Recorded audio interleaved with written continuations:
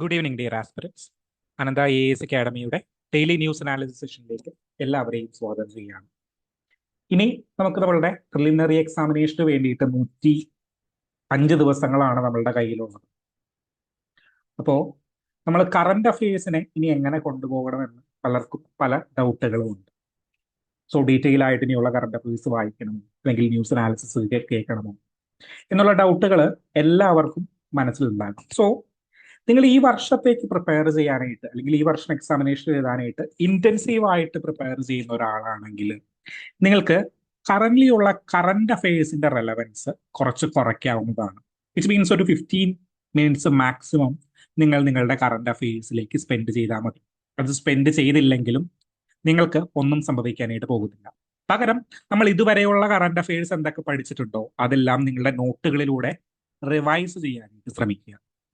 Then Y നമ്മൾ ഈ ഒരു കറണ്ട് അഫയേഴ്സിന്റെ ഡെയിലി ന്യൂസ് അനാലിസിസ് കണ്ടിന്യൂ ചെയ്യുന്നതിന്റെ ഉദ്ദേശം എന്താണ്? ഇപ്പൊ നമ്മൾ 1 മാസത്തോളമായി ഞാൻ നിങ്ങളെ കണ്ടിട്ട്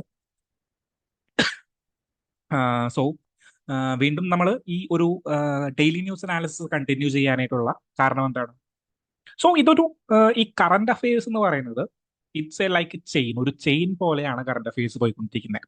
ഓരോ ദിവസത്തെയും കാര്യങ്ങൾ പഠിച്ച് പഠിച്ചു പോവുക എന്നുള്ളത് കറണ്ട് അഫയേഴ്സിന്റെ ഒരു ഇമ്പോർട്ടന്റ് ആയിട്ടുള്ള ഒരു ഫാക്ടറാണ്. സോ അടുത്ത വർഷത്തേക്ക് പ്രിപ്പയർ ചെയ്യുന്നവരുണ്ടാകാം, അല്ലെങ്കിൽ എന്താണ് ജൂനിയർ ബാച്ചുകളിലേക്ക് പ്രിപ്പയർ ചെയ്യുന്നവരുണ്ടാകാം. സോ അങ്ങനെയുള്ളവർക്ക് എന്താണ് അഡ്വാൻറ്റേജ് കിട്ടുന്നതിന് വേണ്ടിയിട്ടാണ്, അല്ലെങ്കിൽ അവർക്ക് കുറച്ചും കൂടി കാര്യങ്ങൾ മനസ്സിലാകുന്നതിന് വേണ്ടിയിട്ടാണ് കറണ്ട് അഫയേഴ്സ് നമ്മൾ കറന്റ്ലി കണ്ടിന്യൂ ചെയ്തുകൊണ്ടിരിക്കുന്നത്. ഓക്കെ, സോ നിങ്ങൾ ഒരു 100 ഡേയ്സ് പ്ലാനിലേക്ക് പോകുന്നവരാണെങ്കിൽ, അല്ലെങ്കിൽ 100 ഡേയ്സ് പ്ലാൻ വെച്ചിട്ട് പഠിച്ചുകൊണ്ടിരിക്കുന്നവരാണെങ്കിൽ നിങ്ങൾ ഈ കറണ്ട് അഫയേഴ്സ് ഒരു 15 മിനിറ്റ്സിലേക്ക് മാത്രം ലിമിറ്റ് ചെയ്യുക. ഓക്കെ, എന്താണ് വിഷയങ്ങൾ? ഞാൻ ഇവിടെ നമ്മളുടെ സ്ലൈഡുകൾ നമ്മളുടെ ഗ്രൂപ്പുകളിൽ ഷെയർ ചെയ്യുമ്പോൾ ആ സ്ലൈഡുകൾ എന്ത് ചെയ്യണം, ജസ്റ്റ് ഒന്ന് ബ്രീഫ് ആയിട്ടൊന്ന് ഗോ ത്രൂ ചെയ്യുക, ഇമ്പോർട്ടന്റ് ആയിട്ടുള്ള പോയിന്റുകൾ ഒന്ന് മനസ്സിലാക്കുക. സോ ഇന്ത്യ മലേഷ്യ റിലേഷൻസ് എന്ന് പറയുകയാണെങ്കിൽ മലേഷ്യ എവിടെയാണ്, മലേഷ്യയുടെ പൊസിഷൻ, അതിന്റെ സൗത്ത് ഈസ്റ്റ് ഏഷ്യയുമായിട്ടുള്ള മറ്റ് കണക്ഷനുകൾ, ഇന്റർനാഷണൽ റിലേഷനിലുള്ള കണക്ഷനുകൾ, ദെൻ ഇന്റർനാഷണൽ ഓർഗനൈസേഷനുകൾ എന്തൊക്കെയാണ്, ഇങ്ങനെയുള്ള ബേസിക് ഡീറ്റെയിൽസ് മാത്രം ഒന്ന് മൈൻഡിലേക്ക് കൊണ്ടുവന്നിട്ട് നമുക്ക് നമ്മളുടെ ഡിസ്കഷൻ അവിടെ നിർത്തുക. അല്ലാത്തവർ ഡീറ്റെയിൽ ആയിട്ട് നമ്മളുടെ അനാലിസിസ് കേൾക്കുകയും ഡീറ്റെയിൽ ആയിട്ട് ഇതൊന്ന് മനസ്സിലാക്കി പോവുകയും ചെയ്യാം. ഓക്കെ, സോ നമുക്ക് ഫസ്റ്റ് ആർട്ടിക്കിളിലേക്ക് പോകാം. First article is related to India Malaysia relation. So പ്രധാനമന്ത്രി എവിടെയുണ്ട്? മലേഷ്യയിലുണ്ട്. സോ മലേഷ്യയുമായി ബന്ധപ്പെട്ടിട്ട് ഒരുപാട് കരാറുകൾ, ഏകദേശം 11 കരാറുകളാണ് ഇന്നലെ മാത്രമായിട്ട് നമ്മളുടെ പ്രധാനമന്ത്രി ഒപ്പുവെച്ചിരിക്കുന്നത്. സോ ഈ അവസരത്തിൽ ഇന്ത്യ മലേഷ്യ റിലേഷൻ എന്ന് പറയുന്നത് ഒരു ഇമ്പോർട്ടന്റ് ഫാക്ടർ തന്നെയാണ്. ഓക്കെ, സോ നമ്മൾ മലേഷ്യ എന്ന് പറയുമ്പോൾ നമ്മൾ ഏത് ഇന്റർനാഷണൽ വിഷയം എടുത്തു കഴിയുമ്പോഴും നമ്മൾ എന്താ ചെയ്യാറുള്ളത്? നമ്മൾ അതിന്റെ ജിയോഗ്രഫിക്കൽ പൊസിഷൻ എവിടെയാണെന്നും അതുമായി ബന്ധപ്പെട്ട ഒരു അനുബന്ധ കൺട്രി നമ്മൾ മൈൻഡിൽ മാപ്പ് ചെയ്യാനായിട്ട് ശ്രമിക്കും. ഓക്കെ, എന്നിട്ട് അതിന്റെ ഒരു ഹിസ്റ്ററി പഠിക്കും. ദെൻ 5 ഹെഡ്സിലായിട്ട് നമ്മൾ ഇന്റർനാഷണൽ റിലേഷൻസിന്റെ ഹെഡ്സിൽ നമ്മൾ അതിനെ ഡിവൈഡ് ചെയ്യും. ഇങ്ങനെയാണ് ഞാൻ ഒരു ഇന്റർനാഷണൽ റിലേഷനെ നോക്കിക്കാണുന്നത്. സോ ജിയോഗ്രഫിക്കൽ പൊസിഷൻ, എവിടെയാണ് മലേഷ്യയുടെ സ്ഥാനം? മാപ്പ് നിങ്ങളുടെ മനസ്സിലേക്ക് ഒന്ന് കൊണ്ടുവന്നേ. കറണ്ട് അഫയേഴ്സ് നമ്മൾ മുന്നേ പഠിച്ചിട്ടുള്ളവരാണെങ്കിൽ എവിടെയാണ് ഞാൻ മലേഷ്യയെ കുറിച്ച് പറഞ്ഞിട്ടുള്ളത്? തായ്ലൻഡ് കംബോഡിയ റിലേഷൻസിനെ കുറിച്ച് പറഞ്ഞപ്പോൾ, ഫിലിപ്പീൻസ് റിലേഷൻസിനെ കുറിച്ച് പറഞ്ഞപ്പോൾ, പെർട്ടിക്കുലർലി സൗത്ത് ഈസ്റ്റ് ഏഷ്യയുമായി ബന്ധപ്പെട്ടുള്ള ഡിസ്കഷനുകളിലെല്ലാം നമ്മൾ മലേഷ്യയെ കുറിച്ചും പറഞ്ഞിട്ടുണ്ട്. ഓക്കെ, സോ ഇന്ത്യ ഇവിടെ കിടക്കുന്നു. ഇന്ത്യയുടെ തൊട്ടിപ്പുറത്തെ കൺട്രി ഏതാണ്? ടുവേർഡ്സ് ദ ഈസ്റ്റ് ഏതാണ്? മ്യാൻമർ. മ്യാൻമറിന് തൊട്ടിപ്പുറമുള്ള കൺട്രി ഏതാണ്?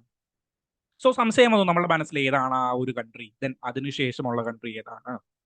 തായ്ലൻഡ്, കംബോഡിയ, ഇതിന്റെ എല്ലാം പൊസിഷൻ എവിടെയാണ്? ഇതിലെവിടെയാണ് മലേഷ്യ കിടക്കുന്നത്? സോ ഇങ്ങനെ ഒരു സ്റ്റേറ്റ്മെന്റ് വന്നു.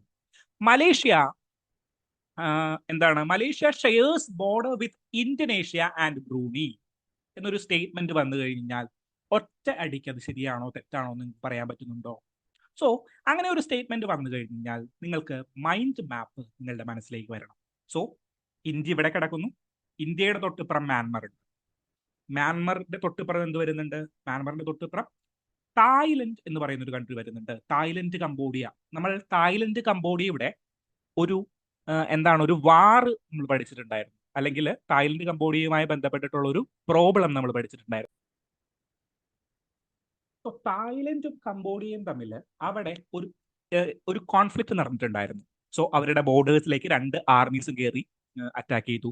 ദെൻ ഒരു പ്രൈം മിനിസ്റ്ററിന്റെ വോയിസ് റെക്കോർഡിംഗ് ലീക്ക് ആയിട്ടുണ്ടായിരുന്നു. സോ ആ അവസരത്തിൽ നമ്മൾ പഠിച്ചു തായ്ലൻഡും കംബോഡിയയും എവിടെയാണെന്നുള്ളത് നമ്മൾ പഠിച്ചിട്ടുണ്ടായിരുന്നു. ഇതിനിടയിൽ ഒരു മൗണ്ടെയിൻ നമ്മൾ പഠിച്ചിട്ടുണ്ടായിരുന്നു. ആരെങ്കിലും ഓർക്കുന്നുണ്ടോ? തായ്ലൻഡിനെയും കംബോഡിയയെയും വേർതിരിക്കുന്ന മലനിരകളെ നമ്മൾ ഒരു പേരിട്ട് വിളിച്ചിട്ടുണ്ടായിരുന്നു. It's called Dangrek mountains. North വെച്ചേക്കുക, പ്രിലിംസിന് ചിലപ്പോൾ ഫാക്ട് ഉപകാരപ്പെട്ടേക്കാം. സോ കഴിഞ്ഞ വർഷം ഏറ്റവും ഇമ്പോർട്ടന്റ് ആയിട്ട് നടന്ന ഒരു പ്രധാനപ്പെട്ട ഇന്റർനാഷണൽ ഇവന്റ് അല്ല, ഒരു സൗത്ത് ഈസ്റ്റ് ഏഷ്യൻ ഇവന്റ് ആയിരുന്നു തായ്ലൻഡ് കംബോഡിയ യുദ്ധവുമായി ബന്ധപ്പെട്ടിട്ട്. ഓക്കെ, സോ ഇതിനിടയിലുള്ള ഒരു മലനിരയാണ് Dangrek mountains. Okay, so Myanmar, Thailand, Cambodia, പിന്നെ മുകളിൽ ആരുണ്ട്? ലാവോസ് ഉണ്ട്. ദെൻ എസ് ഷേപ്പിൽ കിടക്കുന്ന വിയറ്റ്നാം ഉണ്ട്. ഇതെല്ലാം ഞാനന്ന് പറഞ്ഞിട്ടുണ്ട് ഒരു മൈൻഡ് മാപ്പ് നിങ്ങൾക്ക് വരയ്ക്കാനായിട്ട്. ദെൻ അതിന് താഴെ ആരുണ്ട്? അതിന് താഴെയാണ് മലേഷ്യ. മലേഷ്യയുടെ ടിപ്പിലാണ് സിംഗപ്പൂർ എന്ന് പറയുന്ന ഒരു ചെറിയ രാജ്യം. ദെൻ ഇന്തോനേഷ്യ എന്ന് പറയുന്ന ഒരു രാജ്യമുണ്ട്. മലേഷ്യയുമായിട്ട് ഷെയർ ചെയ്യുന്ന ബോർഡറുള്ള ഒരു കൺട്രിയാണ് ബ്രൂണി എന്ന് പറയുന്ന കൺട്രി. ദെൻ ഇവിടെ ഫിലിപ്പീൻസ് എന്ന് പറയുന്ന കൺട്രി ഉണ്ട്. ഫിലിപ്പീൻ മസാജ് നിങ്ങൾ കേട്ടിട്ടുണ്ടാവും. സോ ബ്രൂണി എന്ന് പറയുന്ന കൺട്രി, ഫിലിപ്പീൻ എന്ന് പറയുന്ന കൺട്രി, അങ്ങനെ ഡിഫറെന്റ് കൺട്രീസ് ഇവിടെയുണ്ട്. സോ ഈ മൈൻഡ് മാപ്പിലേക്ക് നിങ്ങളുടെ മനസ്സൊന്ന് വന്നു. എങ്ങനെയാണ്? ആദ്യം ഇന്ത്യ, ഇന്ത്യയുടെ തൊട്ടിപ്പുറം മ്യാൻമർ. മ്യാൻമറിൽ നിന്ന് നേരെ നമ്മൾക്ക് എവിടേക്ക് പോകാൻ പറ്റും? തായ്ലൻഡിലേക്ക് പോകാൻ പറ്റും. അന്ന് ഞാൻ പറഞ്ഞിട്ടുണ്ട് തായ്ലൻഡ് എന്ന് പറഞ്ഞു കഴിഞ്ഞാൽ ദീർഘമായിട്ട് കിടക്കുന്ന ഒരു കൺട്രിയാണ്. Upper Thailand, middle Thailand, lower Thailand, അല്ലെങ്കിൽ north Thailand, middle Thailand and south Thailand ആയിട്ട് നമുക്ക് 3 ഡിവൈഡ് ചെയ്യും. ദെൻ തായ്ലൻഡും കംബോഡിയയും പ്രശ്നം നടന്നു. അപ്പൊ നമുക്ക് ആ 2 കൺട്രിയും അടുത്താണെന്ന് അറിയാൻ പറ്റും. ദെൻ അതിനുശേഷം ആരാണ്? അതിനുശേഷം മുകളിൽ ലാവോസ് എന്ന് പറയുന്ന ഒരു കൺട്രി ഉണ്ട്. ദെൻ ലാവോസിനെ ചുറ്റിപ്പറ്റിക്കൊണ്ട് എസ് ഷേപ്പിൽ ഒരു കൺട്രി കിടക്കുന്നുണ്ട്. വിയറ്റ്നാം യുദ്ധം നടന്ന വിയറ്റ്നാം എന്ന് പറയുന്ന കൺട്രി. ദെൻ അതിന് താഴെ ആരുണ്ട്? അതിന് താഴെയാണ് മലേഷ്യ എന്ന് പറയുന്ന കൺട്രിയും സിംഗപ്പൂർ എന്ന് പറയുന്ന കൺട്രിയും. ഇതിനെ രണ്ടിനെയും ടച്ച് ചെയ്തുകൊണ്ട് ആര് കിടക്കുന്നുണ്ട്? ഇന്തോനേഷ്യ എന്ന് പറയുന്ന ഒരു കൺട്രി കിടക്കുന്നുണ്ട്. Okay, so Malaysia is a 2 part. Okay, 2 ഐലൻഡുകളായിട്ട് സെപ്പറേറ്റ് ആയിട്ട് കിടക്കുന്ന ഒരു കൺട്രിയാണ് മലേഷ്യ. ഓക്കെ, സോ ഇന്തോനേഷ്യയുമായിട്ട് ഡയറക്റ്റ് കര അതിർത്തി പങ്കിടുന്നുണ്ട് ആര്? മലേഷ്യ. അല്ലാണ്ട് ഇവിടെ കിടക്കുന്ന ഈ ഒരു പോർഷൻ മാത്രമല്ല മലേഷ്യ. തൊട്ടിപ്പുറം കിടക്കുന്ന എന്താണ് ഈ ഒരു ലാൻഡ് പാർട്ട് കൂടിയിട്ട്, ഈ ഒരു പിങ്ക് ലാൻഡ് പാർട്ട് കൂടിയിട്ട് മലേഷ്യയുടെ ഭാഗമായിട്ടുണ്ട്. Okay, so geographical position clear ആണല്ലോ മലേഷ്യയുടെ. Coming back, then what is the history of Malaysia? Malaysia ഏത് രാജ്യത്തിന്റെ കോളനി ആയിരുന്നു? ഓഫ് കോഴ്സ് ഈ രാജ്യങ്ങളെല്ലാം ഏതെങ്കിലും ഒരു രാജ്യത്തിന്റെ കോളനി ആയിരിക്കും, അല്ലെങ്കിൽ ഡച്ച്, ഫ്രാൻസ്, ബ്രിട്ടീഷ്, ഇങ്ങനെ ഏതെങ്കിലും ഒരു കൺട്രിയുടെ കോളനി ആയിരിക്കും. മലേഷ്യയും പെർട്ടിക്കുലർലി നമ്മളുടെ ഇംഗ്ലീഷ് കോളനി ആയിരുന്നു. ഓക്കെ, മലേഷ്യയും പെർട്ടിക്കുലർലി ഇംഗ്ലീഷ് കോളനി ആയിരുന്നു. മലേഷ്യ 1957 സ്വാതന്ത്ര്യം പ്രഖ്യാപിക്കുന്നത്, അല്ലെങ്കിൽ എന്താണ് അവരൊരു ഇൻഡിപെൻഡന്റ് കൺട്രി ആയിട്ട് മാറുന്നത് 1957. ആ കാലഘട്ടങ്ങളിൽ തുടങ്ങി തന്നെ നമുക്ക് മലേഷ്യയുമായിട്ട് ഏറ്റവും നല്ല ബന്ധങ്ങളാണ് ഉണ്ടായിരുന്നത്. നെഹ്റുവിന്റെ ഏറ്റവും അടുത്ത സുഹൃത്തുക്കളിൽ ഒരാളായിരുന്നു അന്നത്തെ മലേഷ്യൻ പ്രസിഡന്റ് എന്ന് പറഞ്ഞു കഴിഞ്ഞാൽ. സോ ആ ഒരു ബന്ധം നമ്മൾ കാത്തു സൂക്ഷിക്കാനായിട്ട് ശ്രമിച്ചിരുന്നു. സോ 1960 കാലഘട്ടങ്ങളിൽ മുതൽ തന്നെ നമ്മൾ എന്തായിരുന്നു, നല്ലൊരു ബന്ധം മലേഷ്യയുമായിട്ടുണ്ട്. ആ ഒരു ബന്ധത്തിന് ഏറ്റവും എഫക്റ്റീവ് ആയിട്ടുള്ള ഒരു മുദ്ര കാണുന്നത് കോംപ്രഹെൻസീവ് എക്കോണമിക് കോപ്പറേഷൻ ആണ്. സോ എക്കോണമിക് റിലേഷനിൽ നമുക്ക് ആദ്യം പറയാൻ പറ്റുന്ന കാര്യം എന്താണ്? Comprehensive economic corporation. മലേഷ്യയുമായിട്ട് നമുക്ക് ഒരു കോംപ്രഹെൻസീവ് എക്കോണമിക് കോർപ്പറേഷൻ ഉണ്ട്. ആസിയാനായിട്ട് നമുക്കുണ്ട്. അതുപോലെ തന്നെ എന്താണ്, നമുക്ക് കോംപ്രഹെൻസീവ് എക്കണോമിക് കോപ്പറേഷൻ ആരായിട്ടുണ്ട്? നമ്മളുടെ മലേഷ്യയുമായിട്ടുണ്ട്. ട്രേഡിംഗിൽ നോക്കിക്കഴിഞ്ഞു കഴിഞ്ഞാൽ, ഇന്ത്യയുമായിട്ടുള്ള വ്യാപാര ബന്ധത്തിൽ നോക്കിക്കഴിഞ്ഞു കഴിഞ്ഞാൽ, മലേഷ്യ ഇന്ത്യയുടെ 13ാമത്തെ ട്രേഡിംഗ് പാർട്ണറാണ്. ദെൻ ഫോറിൻ ഡയറക്റ്റ് ഇൻവെസ്റ്റ്മെന്റിന്റെ കാര്യത്തിൽ 26ാമത്തെ പൊസിഷൻ ആര് സാധിക്കുന്നുണ്ട്? നമ്മളുടെ മലേഷ്യ സാധിക്കുന്നുണ്ട്. 26ാമത്തെ പൊസിഷൻ എന്ന് പറയുമ്പോൾ നമ്മൾ ചെറുതായി കാണരുത്. കാരണം 4th ലാർജസ്റ്റ് എക്കോണമി എന്ന് നമ്മൾ തന്നെ വിശേഷിപ്പിക്കുന്ന, അല്ലെങ്കിൽ ലോകം വിശേഷിപ്പിക്കുന്ന ഒരു രാജ്യത്തിന്റെ ഫോറിൻ ഡയറക്റ്റ് ഇൻവെസ്റ്റ്മെന്റ് എവിടെയാണ്? ഉത്തർപ്രദേശിന് അത്രയും വലിപ്പമില്ലാത്ത, അല്ലെങ്കിൽ കേരളത്തിന്റെ ഒരു 2 ഇരട്ടി വലിപ്പം മാത്രമുള്ള ഒരു കൺട്രിയിൽ നിന്ന് വരുന്നു എന്ന് പറയുന്നത് it's A good thing or bad thing. അതിൽ ചില കണക്കുകളിൽ ചില വേരിയേഷനുകൾ ഉണ്ട്. ടാക്സ് ഹേവൻസ് ഒക്കെ നിങ്ങൾ പഠിച്ചിട്ടുണ്ടാവും. Okay, so leave it apart. So 26th position ആണ് ഫോറിൻ ഡയറക്റ്റ് ഇൻവെസ്റ്റ്മെന്റിൽ എന്ന് നിങ്ങൾ പഠിക്കുക. ദെൻ എന്താണ്, നമ്മൾ ട്രേഡ് റിലേഷനുകളിൽ 13ാമത്തെ സ്ഥാനമാണ് ആർക്കുള്ളത്? നമ്മളുടെ മലേഷ്യക്കുള്ളത് എന്ന് കൂടിയിട്ട് പഠിക്കുക. എന്തായിരിക്കും നമ്മൾ ഇമ്പോർട്ട് ചെയ്യുന്നുണ്ടാവുക? എന്തായിരിക്കും നമ്മൾ എക്സ്പോർട്ട് ചെയ്യുന്നുണ്ടാവുക? എക്കോണമിക് സർവേ ഒക്കെ വന്നിട്ടുണ്ടായിരുന്നു, നമ്മളുടെ എക്സ്പോർട്ടും ഇമ്പോർട്ടൊക്കെ ഡീറ്റെയിൽ ആയിട്ട് ഡിസ്കസ് ചെയ്തിട്ടുണ്ടായിരുന്നു. എന്തായിരിക്കും നമ്മൾ നമ്മളുടെ മലേഷ്യയിലേക്ക് കയറ്റി അയക്കുന്നുണ്ടാകുക? പർട്ടിക്കുലർലി നമ്മൾ അലൂമിനിയം പ്രൊഡക്ട്സ്, ദെൻ മെറ്റൽ പ്രൊഡക്ട്സുകൾ, ദെൻ എന്താണ് ഫുഡ്, നമ്മളുടെ എന്താണ് ഇവല്യൂഷൻ ചെയ്ത ഇൻ ദ സെൻസ് അപ്ഗ്രേഡ് ചെയ്ത ഫുഡ് ഐറ്റംസ്, അതായത് ലൈക്ക് കോഴിത്തീറ്റകളോ അല്ലെങ്കിൽ അതുമായി ബന്ധപ്പെട്ടുള്ള ബിസ്ക്കറ്റുകളോ അങ്ങനെയുള്ള കാര്യങ്ങളൊക്കെയാണ് നമ്മൾ പ്രോസസ്ഡ് ഫുഡ്സ്. അപ്ഗ്രേഡഡ് അല്ല, പ്രോസസ്ഡ് ഫുഡ്സ് ആണ് നമ്മൾ കൂടുതൽ കയറ്റി അയക്കുന്നത്. ഫുഡിന്റെ കാര്യത്തിൽ അലൂമിനിയം, മെറ്റൽസ്, പെട്രോളിയം ഇങ്ങനെയുള്ള കാര്യങ്ങളും കൂടിയാണ് നമ്മൾ എക്സ്പോർട്ട് ചെയ്യുന്നത്. എന്തായിരിക്കും ഇവര് ഇമ്പോർട്ട് ചെയ്യുന്നുണ്ടാവും, അല്ലെങ്കിൽ ഇന്ത്യ ഇമ്പോർട്ട് ചെയ്യുന്നത്? പർട്ടിക്കുലർലി ഓയിലാണ്, വിച്ച് മീൻസ് പാം ഓയിൽ. നിങ്ങൾക്കറിയാം എന്താണ് ഇവരുടെ ഒരു geographical position? It is nearest to the equator. ഈ ഒരു വര കണ്ടോ? ഈ വര വെറുതെ ഇട്ടിരിക്കുന്നതാണോ? അല്ല, it is nearest to the equator. So ഈ പ്രദേശങ്ങളിലെല്ലാം എന്ത് ഉൽപ്പാദിപ്പിക്കപ്പെടും? പാം ഓയിൽ പ്രൊഡക്ഷൻ കൂടുതൽ ഉള്ള സ്ഥലങ്ങളാണ്. സോ അതുമായി ബന്ധപ്പെട്ടിട്ടുള്ള എഡിബിൾ ഓയിൽസ് ആണ് ഇന്തോനേഷ്യ, മലേഷ്യ തീരങ്ങളിൽ നിന്ന് നമ്മൾ ഏറ്റവും കൂടുതൽ കയറ്റി ഇമ്പോർട്ട് ചെയ്യപ്പെടുന്ന സാധനങ്ങൾ. സോ ആ ഒരു കാര്യം ശ്രദ്ധിക്കുക. സോ നമ്മളുടെ ട്രേഡിൽ പ്രധാനമായിട്ടുമുള്ള ഒരു സാധനം എന്ന് പറഞ്ഞു കഴിഞ്ഞാൽ എന്താണ്? പാം ഓയിലിന്റെ ട്രേഡ് ആണ്, വെജിറ്റബിൾ ഓയിൽ. സോ ഈ ഓയിൽസ് ആണ് നമ്മൾ ഏറ്റവും കൂടുതൽ ഫോക്കസ് ചെയ്യുന്ന ഒരു കാര്യം.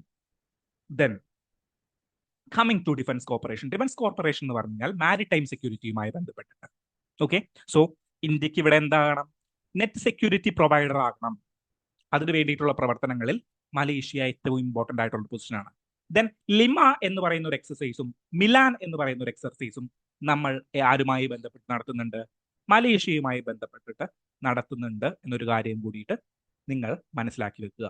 ദെൻ സ്ട്രാറ്റജിക് പാർട്ണർഷിപ്പിനെ കുറിച്ചിട്ട് നമ്മൾ ഡീറ്റെയിൽ ആയിട്ട് പറഞ്ഞിട്ടുണ്ടായിരുന്നു. നമ്മൾ എന്താണ് പൊളിറ്റിക്കൽ റിലേഷൻസ് നോക്കിക്കഴിഞ്ഞു കഴിഞ്ഞാൽ നോൺ അലൈൻമെന്റ് മൂവ്മെന്റുമായി ബന്ധപ്പെട്ടിട്ടുകൊണ്ട് കോമൺവെൽത്ത് നേഷൻസ് ആണ്. കാരണം എന്താണ്? അവിടെ ആരാ ഭരിച്ചിട്ടുണ്ടായിരുന്നത്? നമ്മളുടെ ബ്രിട്ടീഷുകാരാണ് ഭരിച്ചിട്ടുണ്ടായിരുന്നത്. ദെൻ നോൺ അലൈൻമെന്റ് മൂവ്മെന്റുകളിൽ, ചേരിചേരാ പ്രസ്ഥാനങ്ങളിൽ ഏറ്റവും പ്രധാനപ്പെട്ട പങ്ക് വഹിച്ച രാജ്യങ്ങളിൽ ഒന്നുകൂടിയിട്ടാണ് ആര്? നമ്മളുടെ Malaysia. Then G15 forum, G77 coalition എന്ന് പറയുന്ന ഇതിൽ ആര് പാർട്ടാണ്? നമ്മളുടെ മലേഷ്യ പാർട്ടാണ്. ഓക്കെ, ദെൻ ഇനി എങ്ങനെയാണ് നമുക്ക് ഇവരായിട്ട് ബന്ധപ്പെടാനായിട്ട് സാധിക്കുക? ദെൻ AI ടെക്നോളജീസ് അവിടെ വരണം. വൈബ്രന്റ് ഡയസ്പോറയെ കുറിച്ച് നമ്മൾ അവിടെ പറയണം. കാരണം എന്താണ്? ഇന്ത്യയിൽ നിന്ന് പോയിട്ടുള്ളവരാണ് ഈ മലേഷ്യൻ തീരങ്ങളിലെല്ലാം ചെന്ന് പാർത്തിരിക്കുന്നത്. സോ ഇന്ത്യൻ ഡയസ്പോറ ഈ പ്രദേശങ്ങളിലെല്ലാം കൂടുതലാണ്. Then technological advancement. ഇവർക്ക് ഒരുപാട് ടെക്നോളജിക്കൽ കാര്യങ്ങളിൽ അഡ്വാൻസ് ചെയ്യാനായിട്ടുണ്ട്, അല്ലെങ്കിൽ യൂട്ടിലൈസ് ചെയ്യാനുണ്ട്. ഇതെല്ലാം ഇന്ത്യയിൽ നിന്ന് എക്സ്പോർട്ട് ചെയ്യാൻ സാധിച്ചു കഴിഞ്ഞു കഴിഞ്ഞാൽ എന്തായിരിക്കും? ഫോർ എക്സാമ്പിൾ, നമ്മൾ ഫിലിപ്പീൻസിലേക്ക് നമ്മൾ എന്ത് കയറ്റി അയച്ചു? നമ്മളുടെ ബ്രഹ്മോസ് മിസൈൽസ് കയറ്റി അയക്കാനായിട്ടുള്ള ധാരണാപത്രങ്ങളായിട്ടുണ്ടായിരുന്നു. ദെൻ പല വിമാനങ്ങളും നമ്മൾ എങ്ങടേക്കൊക്കെ കയറ്റി അയക്കാറുണ്ട്? ഇങ്ങനെയുള്ള കുഞ്ഞൻ കൺട്രീസിലേക്ക് കയറ്റി അയക്കാറുണ്ട്. സോ ഇങ്ങനെ ഇന്ത്യയുടെ ബയേഴ്സ് ആയിട്ട്, അല്ലെങ്കിൽ ഇന്ത്യയുടെ കയ്യിൽ നിന്ന് വാങ്ങുന്നവരായിട്ട് ഇങ്ങനെയുള്ള ചെറിയ രാജ്യങ്ങൾ മാറിക്കഴിഞ്ഞാൽ അത് നമ്മളുടെ എക്കോണമിക്ക് ഉണ്ടാകുന്ന ഗുണം വളരെ വലുതായിരിക്കും. ഓക്കെ, സോ ഇതാണ് ഈ ഇന്ത്യ മലേഷ്യ റിലേഷൻസിൽ ഏറ്റവും ഇമ്പോർട്ടൻ്റ് ആയിട്ട് നിങ്ങൾക്ക് പറയാനായിട്ട്. ദെൻ ഫസ്റ്റ് പേജിൽ തന്നെ ഉണ്ടായിരുന്ന ഒരു പിക്ചറാണ് എന്താണ്? ദാൽ ലേക്കുമായി ബന്ധപ്പെട്ടിട്ട്. സോ ഇങ്ങനെ ഒരു പിക്ചർ കാണുമ്പോൾ as A UPSC aspirant you should aware, അല്ലെങ്കിൽ യു ഷുഡ്, നിങ്ങളുടെ മനസ്സിലേക്ക് അപ്പം തന്നെ പോകേണ്ട ഒരു ചോദ്യം എന്താണ്? ദാൽ ലേക്ക് എവിടെ കിടക്കുന്നു? ഫ്രഷ് വാട്ടർ ആണോ, അല്ലെങ്കിൽ ബ്രാക്കിഷ് വാട്ടർ ആണോ, അല്ലെങ്കിൽ സോൾട്ട് വാട്ടർ ലേക്ക് ആണോ? എന്താണ് ദാൽ ലേക്ക് എന്ന് പറയുന്നത്? ഒരു ഫ്രഷ് വാട്ടർ ലേക്ക് ആണോ, അല്ലെങ്കിൽ ഒരു ബ്രാക്കിഷ് വാട്ടർ ആണോ, അല്ലെങ്കിൽ ഒരു സോൾട്ട് വാട്ടർ ലേക്ക് ആണോ? സോ നമ്മളുടെ മനസ്സിലേക്ക് ആദ്യം പോകണം, ദാൽ എന്ന് പറഞ്ഞു കഴിഞ്ഞാൽ കാശ്മീരിലെ ശ്രീനഗറിനോട് ചേർന്ന് കിടക്കുന്ന പ്രദേശങ്ങളിൽ ഉള്ള ലേക്കാണ്.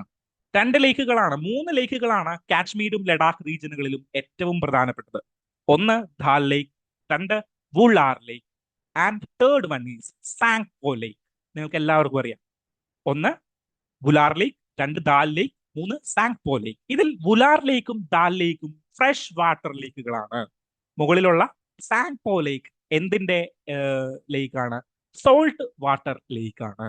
സോ ആ ഒരു കാര്യം കൂടിയിട്ട് നിങ്ങൾ മനസ്സിലാക്കുക. ദെൻ രാജസ്ഥാനിലേക്ക് പോയി കഴിഞ്ഞു. സോ ദാൽ ലേക്ക് എന്ന് പറയുന്ന ഒരു പോയിന്റ് കാണുമ്പോൾ എന്റെ മനസ്സിലേക്ക് പെട്ടെന്ന് വരുന്നത് ഇന്ത്യയിലെ ലേക്കുകളുടെ മാപ്പാണ്. ഉലാർ, ധാൽ, സാങ്പോ, സാംബാർ ലേക്ക്, ദെൻ അങ്ങനെ തുടങ്ങി വേമ്പനാട് ലേക്ക് ഇങ്ങനെ ചുറ്റിയിട്ട് എവിടം വരെ പോകണം നമ്മൾ? ഒഡീഷ തീരം വരെയുള്ള ലേക്കുകൾ നമ്മുടെ മനസ്സിൽ മറിഞ്ഞ് മറിഞ്ഞ് മറിഞ്ഞു പോകും. ഓക്കെ, സോ ലേക്കുകളെ കുറിച്ച് പഠിക്കാത്തവരാണെങ്കിൽ pause the video and just Google it. എന്താണ് major lakes in India on map എന്ന് പറഞ്ഞൊന്ന് ഗൂഗിൾ ചെയ്തേ. അപ്പോൾ ദൃഷ്ടിയുടെയും വിഷന്റെയും എല്ലാം ഡിഫറെന്റ് മാപ്പുകൾ നിങ്ങൾക്ക് കാണാനായിട്ട് സാധിക്കും. ഓക്കെ, ദെൻ നമുക്ക് എഡിറ്റോറിയൽ സെഷനിലേക്ക് പോകാം. Editorial: a social media ban will not save our children. So പല രാജ്യങ്ങളും കറന്റ് ചെയ്തുകൊണ്ടിരിക്കുന്ന ഒരു കാര്യം എന്താണ്? സോഷ്യൽ മീഡിയയെ ബാൻ ചെയ്യുക എന്നുള്ളതാണ്. ഓക്കെ, പല രാജ്യങ്ങളും ചെയ്തുകൊണ്ടിരിക്കുന്നു. ഇപ്പോൾ ഓസ്ട്രേലിയ ആണെങ്കിൽ 16 വയസ്സിൽ താഴെയുള്ളവർക്ക് വേണ്ടിയിട്ട് എന്ത് ചെയ്തു? സോഷ്യൽ മീഡിയയെ ബാൻ ചെയ്തു. സ്പെയിനിലാണെങ്കിലും സെയിം സിറ്റുവേഷൻ സംഭവിച്ചു. ഇന്ത്യയിലാണെങ്കിലും സോഷ്യൽ മീഡിയ ബാൻ ചെയ്യണം, കുട്ടികൾക്ക് 16 വയസ്സിൽ താഴെയുള്ള ആരും സോഷ്യൽ മീഡിയയിലേക്ക് കയറണ്ട എന്നൊരു രീതിയിലേക്ക് എന്തു പറ്റി? നമ്മൾ പലരും പ്രസംഗിക്കുന്നുണ്ട്. കഴിഞ്ഞ ദിവസം കേരളത്തിലൊരു സംഭവം നടന്നിട്ടുണ്ടായിരുന്നു. ഞാൻ എന്താണ് ഇൻസ്റ്റഗ്രാം തുറന്നപ്പോഴോ എന്തോ യൂട്യൂബ് തുറന്നപ്പോഴോ എന്തോ 16 വയസ്സുള്ള 18 വയസ്സുള്ള ഒരു കുട്ടി കൊറിയൻ യുവാവുമായിട്ട് പ്രണയത്തിലായിട്ട് അദ്ദേഹം മരിച്ചു പോയതിന്റെ പേരിൽ ആത്മഹത്യ ചെയ്തു എന്നൊരു വാർത്ത ഇട്ടിട്ടുണ്ടായിരുന്നു. സോ എന്താണ് ഇവിടെ സംഭവിക്കുന്നത്? സോഷ്യൽ മീഡിയയെ മൊത്തം ബാൻ ചെയ്ത് കഴിഞ്ഞു കഴിഞ്ഞാൽ ഈ പ്രശ്നങ്ങളെല്ലാം തീരുമോ?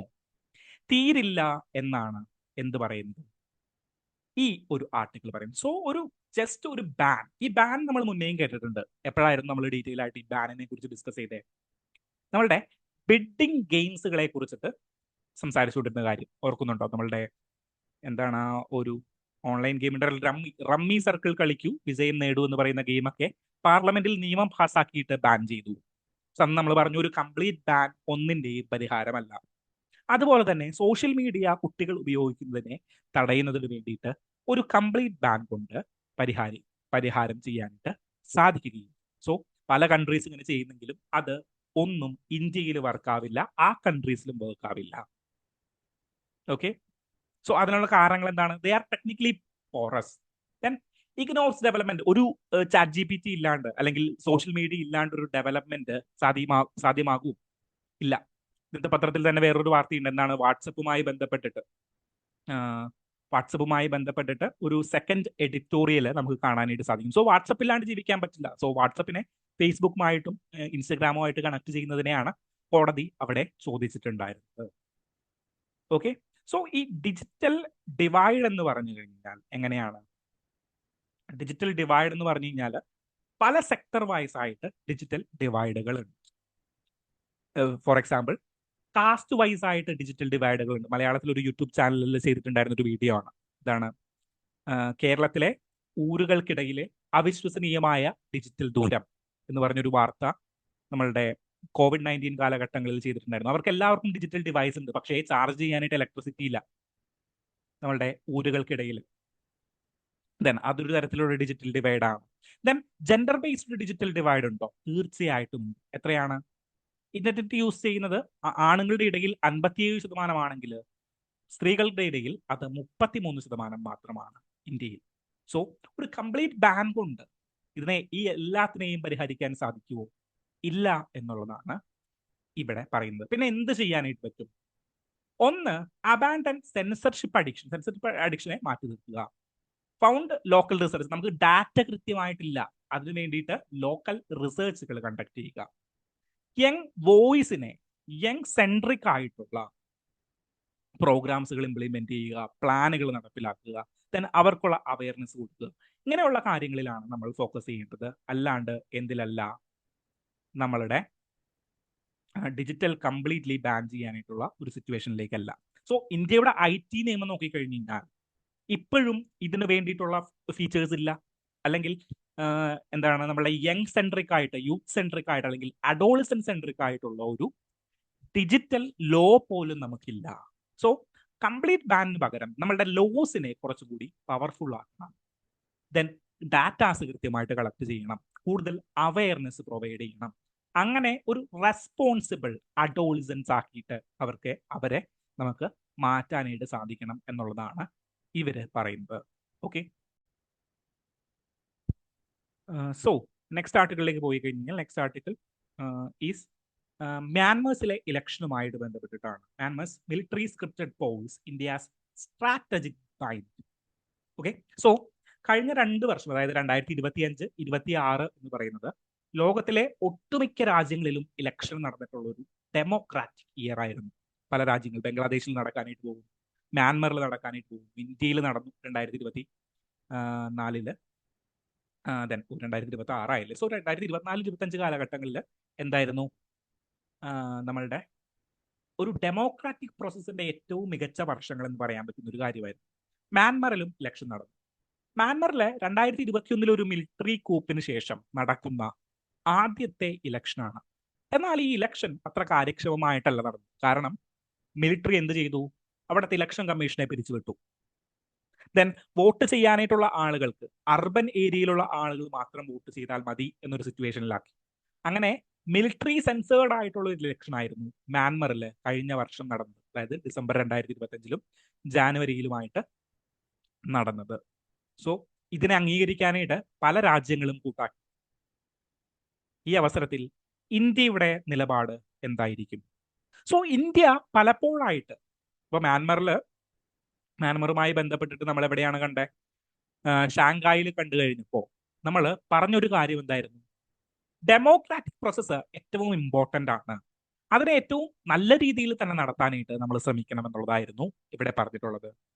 നമ്മൾ മ്യാൻമർ വിഷയത്തിൽ പറഞ്ഞത്. So election free and fair ആയിട്ട് നടത്താനായിട്ടുള്ള ഒരു ശ്രമം ഇവരുടെ ഭാഗത്തു നിന്ന് ഉണ്ടാകണമെന്നാണ് ഇന്ത്യ കൃത്യമായിട്ട് ഇതിൽ നിലപാട് പറഞ്ഞത്. എന്നാൽ ഈ മിലിറ്ററിയെ, ഇപ്പൊ മിലിറ്ററി കൂപ്പിലൂടെ അധികാരത്തിൽ വന്നതിന് ശേഷം മിലിറ്ററി നടത്തിയ ഒരു സെൻസർഷിപ്പ് ഇലക്ഷനിലൂടെ അധികാരം വന്ന പപ്പറ്റ് മിനിസ്ട്രിയെ ഇന്ത്യ അംഗീകരിക്കുമോ?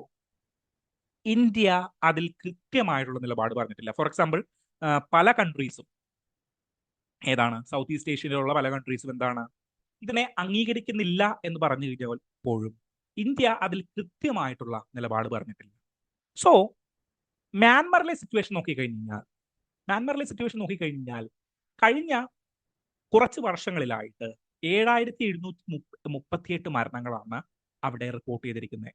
എന്താണ്? മിലിറ്ററി ഭരണവുമായി ബന്ധപ്പെട്ട് അതിന്റെ എതിർപ്പും പ്രൊട്ടസ്റ്റുകളുമായി ബന്ധപ്പെട്ടിട്ട് 7000-ഓളം പേരെ മരിക്കുകയും 30,000-ഓളം പേര് അറസ്റ്റ് ചെയ്യപ്പെടുകയും 113 എത്രയാണ് 1,13,000 അല്ലെ, 30 കൂടി വരുമ്പോൾ അതെ 1,13,000 കോടിയുടെ നാശനഷ്ടവും സംഭവിച്ചിരിക്കുകയാണ്. ഓക്കെ, സോ ഇതെല്ലാം ഇവിടത്തെ പ്രോബ്ലംസ് ആണ്. സോ വൈ ഇന്ത്യയുടെ ഒരു ഡിലേമ എന്താണ് ഇവിടെ കാര്യത്തിൽ? Because it shares borders with India.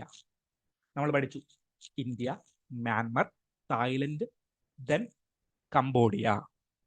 അതിലെ ഏറ്റവും അടുത്ത് കിടക്കുന്ന കൺട്രി ഏതാണ്? മ്യാൻമർ ആണ്. ഇന്ത്യക്ക് എന്താണ് മ്യാൻമറുമായിട്ട് വലിയ ഒരു കര അതിർത്തി ബന്ധമുണ്ട്.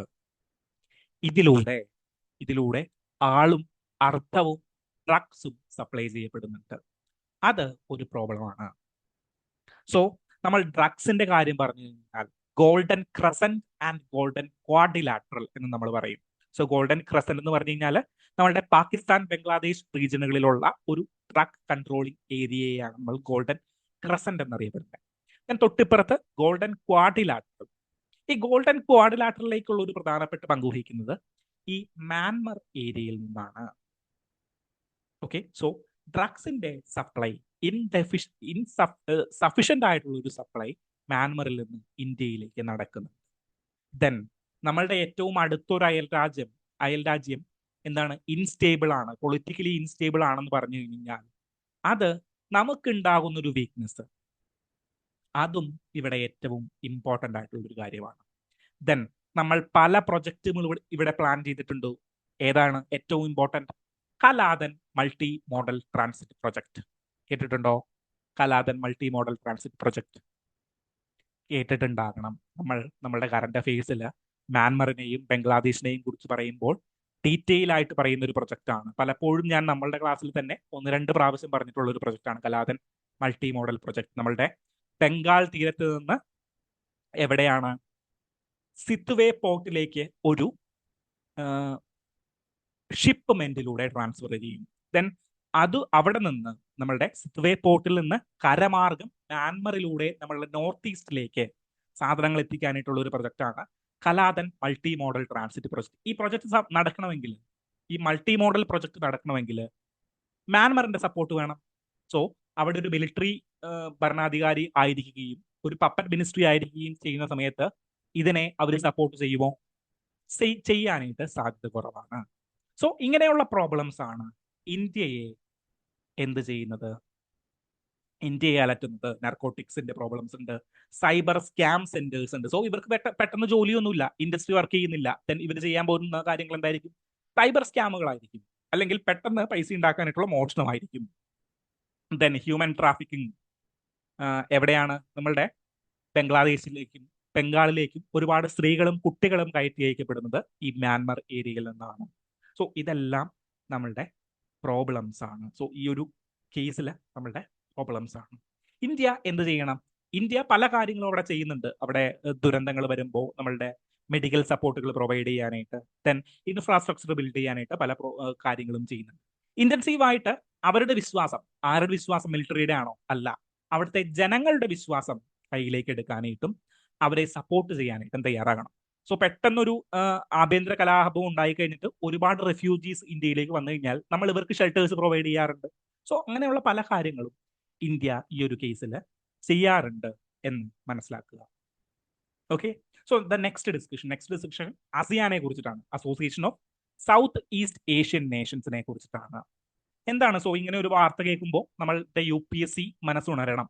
UPSC മനസ്സുണർന്നിട്ട് നമ്മൾ എന്ത് ചെയ്യണം? ASEAN എന്താണ്? ASEAN 1967 ഫോം ചെയ്ത ഒരു സംഘടനയാണ്. ബാങ്കോക്ക് ഡിക്ലറേഷൻ പ്രകാരമാണ് ഈ ഒരു സംഘടന ഫോം ചെയ്തിരിക്കുന്നത്. എവിടെയാണ്? നമ്മളുടെ സൗത്ത് ഈസ്റ്റ് ഏഷ്യയുമായി ബന്ധപ്പെട്ട് കിടക്കുന്ന പ്രദേശങ്ങളിൽ. അങ്ങനെയാണെങ്കിൽ ഇന്ത്യ ASEAനിലെ മെമ്പറാണോ? അല്ല. ഇന്ത്യ ASEAനിലെ മെമ്പറാണോ? അല്ല. ഏകദേശം 11 ASEAN മെമ്പേഴ്സ് ആണ്, എന്റെ കണക്ക് ഓർമ്മ ശരിയാണെങ്കിൽ 11 ASEAN മെമ്പേഴ്സ് ആണ് കറന്റ്ലി ഉള്ളത്. ഓക്കെ, അവസാനം നമ്മളുടെ ASEAN മെമ്പേഴ്സിലേക്ക് ജോയിൻ ചെയ്തൊരു കൺട്രിയുടെ നമ്മുടെ സെയ്ഫ് അലി ഖാന്റെ മകന്റെ പേരെന്താണ്? തിമൂറോ. സോ തിമൂർ ഐലൻഡ്സ് എന്ന് പറഞ്ഞ ഒരു ഐലൻഡ് ആണ്, തൈമൂർ ഐലൻഡ്സ് എന്ന് പറയുന്ന ഒരു ഐലൻഡ് ആണ് എന്തിലേക്ക് ജോയിൻ ചെയ്തത്? ASEAനിലേക്ക് അവസാനമായി ജോയിൻ ചെയ്തത് എന്നാണ് എൻ്റെ ഓർമ്മ. ഞാൻ എൻ്റെ ഓർമ്മയിൽ നിന്ന് എടുത്ത് പറയുന്നതാണ്. സോ ആ ഒരു 11 മെമ്പർ ഗ്രൂപ്പിംഗ് ആണ് ASEAN എന്ന് പറയുന്നത്. ബാങ്കോക്ക് ഡിക്ലറേഷൻ, പ്രശസ്തമായിട്ടുള്ള ബാങ്കോക്ക് ഡിക്ലറേഷൻ പ്രകാരമാണ് ASEAN 1967 ഫോം ചെയ്യുന്നത് എന്നുകൂടി നിങ്ങളൊന്ന് മനസ്സിലാക്കി വെച്ചേക്കുക. സോ ഇതാണ് ഇന്നത്തെ കറണ്ട് അഫയേഴ്സിന് വേണ്ടിയിട്ട് ഞാൻ എടുത്തേക്കുന്നത്. സോ അധികം ടൈം നമ്മൾക്ക് കറണ്ട് അഫയേഴ്സിലേക്ക് കളയണ്ട, ലിമിറ്റ് ചെയ്യുക നിങ്ങളുടെ കറണ്ട് അഫയേഴ്സ്. നമുക്ക് ഡീറ്റെയിൽ ആയിട്ട് മറ്റു കാര്യങ്ങളിലേക്ക് നമ്മളുടെ ശ്രദ്ധ ഇനി കൊണ്ടുപോകേണ്ടതുണ്ട്. ഓക്കെ, സോ നമുക്ക് വീണ്ടും കാണാം. Thank you.